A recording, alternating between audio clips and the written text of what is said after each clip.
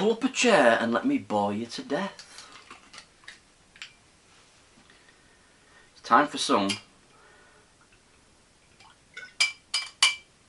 more retro bollocks.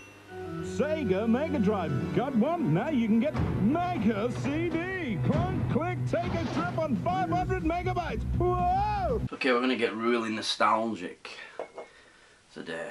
Nostalgic. Well, it's nostalgic for me. Because it's the first game I want to talk about. It's a genre that I just fucking love. I just loved it back in the day. And that is the genre of the point and click. So my first experience was on like the PC, but the first game up today is a PlayStation 1 version of Discworld by Terry Pratchett. What a game this was. Yeah, the point and click genre. For me, I don't know, it was really immersive. You know, you sort of get really into it, and they're really challenging as well. But the Discworld, obviously Terry Pratchett's Discworld, you know, his universe, that amazing mind that he had, and that whole universe of Discworld. They obviously made a game out of it. They made a couple of games. Yeah, so Terry Pratchett's Discworld, this really difficult. I remember getting really stuck on it, you know, back in the day. You follow the wizard. It's a wizard in school, and then he spots a dragon out of the window, and off the adventure starts. But there's a lot of puzzles to it, and a lot of funny characters. You know, very British humour in Discworld. And there were Discworld Noir,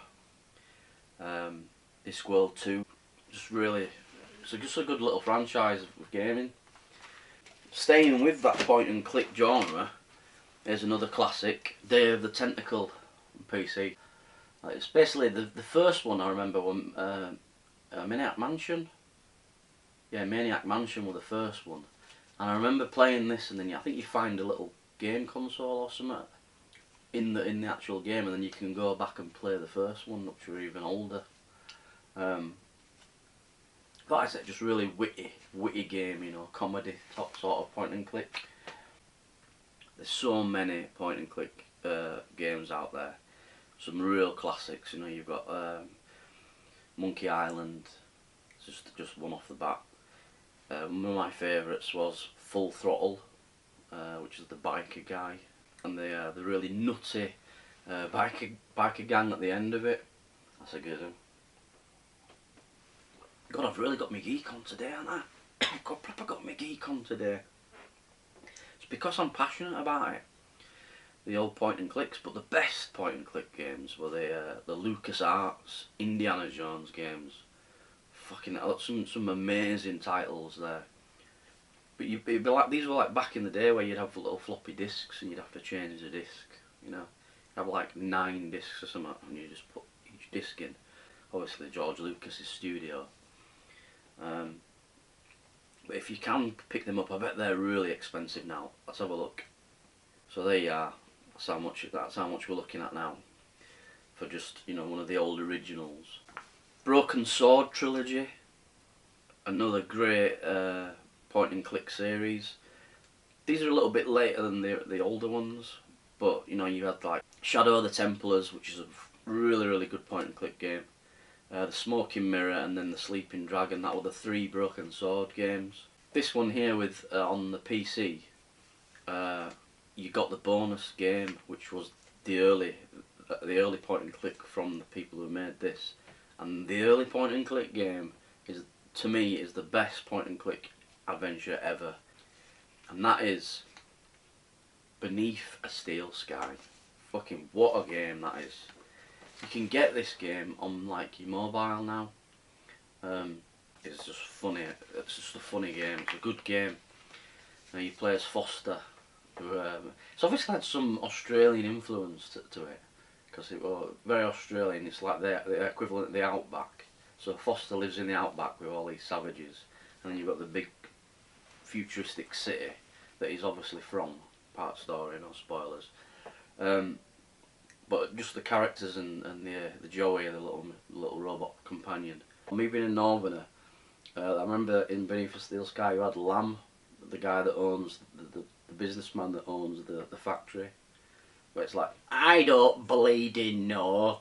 It was like proper Yorkshire. What are you doing?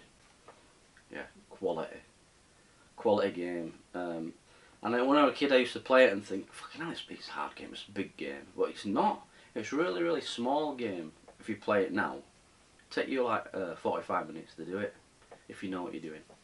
In fact, I think they've brought out some fans have brought out a sequel to it called Beyond a Steel Sky. Not played it, can't comment. What you doing down there? Let's stay with the PC for a minute, yeah? A game that really took over my life for, in fact, Jesus, this is like me going back to being like 18, 19. I come home from work, I'd turn my PC on. You see that then? I made like a whistling sound with my mouth then, did you hear that? Turn my PC on. It's like an old man whistle. It started when I was 30, and I've got like the Grandpa Simpson whistle. You know, sometimes when I talk, I whistle through my teeth. It's like a sign of old age, isn't it? Grandpa fucking whistle. Anyway, going back to the game. I come home from work, I get on the PC, 56k dial-up days, that screeching sound. MSN Messenger opened, bang, on goes Counter-Strike. Back in 2002, something like that, 2001. Well, the Counter-Strike days. Now, the Counter-Strike was like just a first-person shooter, but you know, we get all the lads without the headsets on, exactly what we do now, and we just play that game to death. Counter-Strike would not exist without the game Half-Life.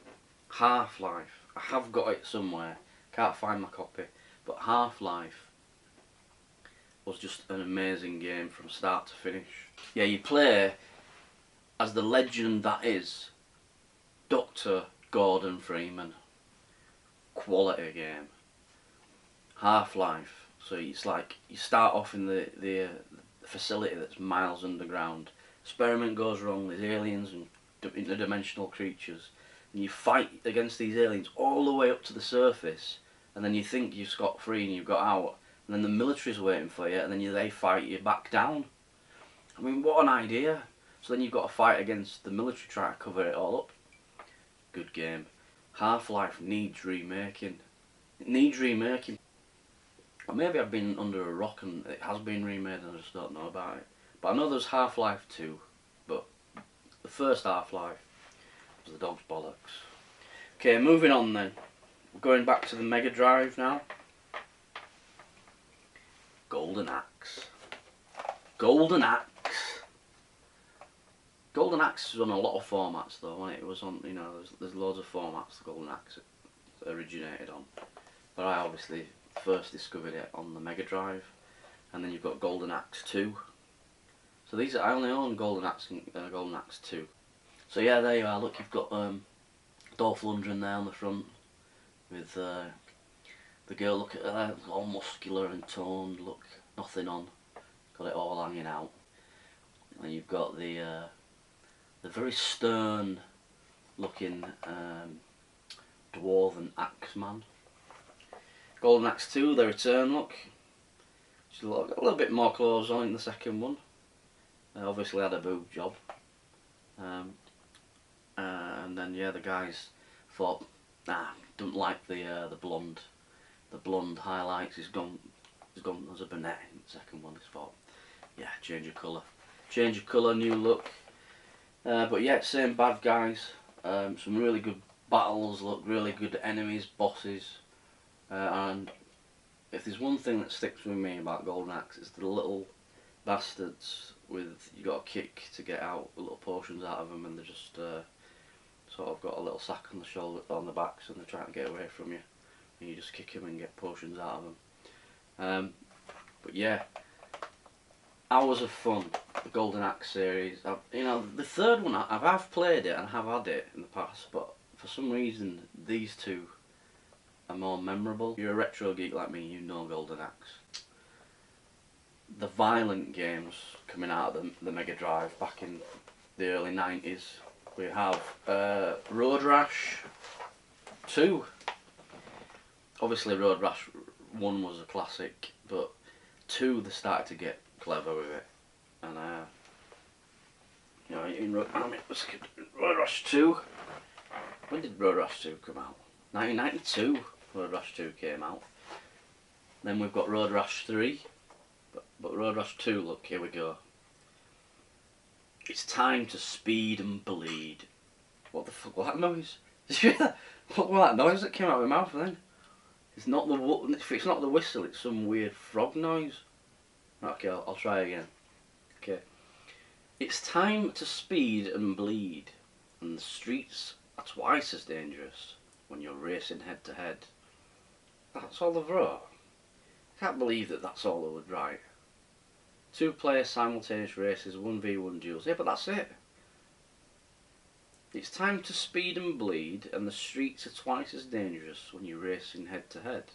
Come on, there's nothing about that you're bashing hell out of people with chains and fighting and stuff. What about the third one? Let's have a look. The Rash is back in the latest, nastiest, baddest race game for your Mega Drive. This time, there's 5 new weapons, including a cattle prod, crowbar. All new racetracks take you across the globe, from the Aussie outback to nighttime urban Japan. Yeah, so still don't tell you what it's about. Maybe for a reason. Maybe it's for like back in the day when you had like the sensitive parents that didn't want you to play violent games, so your kids would get away. Oh, it's not violent, Mum. It's not violent. But yeah, obviously, if you've not played Road Rash, it's basically just a racing game on bikes where you use any means necessary to win. Which, if that means bashing someone with a chain or a bat, or just ramming them off the road, kicking them, punching them, whatever it takes, you have to win. But I used to always be like the public enemy #1, the big person that you had to compete with at the front of the race. But when you beat public enemy, you knew you were doing good. So yeah, the Road Rash days. Do you know, I actually banged this on only last month, I think it was. I was playing Road Rash. I played it for a couple of hours. It still holds out, Road Rash. Still holds out. If you were a new, younger player trying to play Road Rash, you'd probably hold out for all of 40 seconds or something. But you know, if you were there, you know what I'm talking about. If you were there when it first came out, you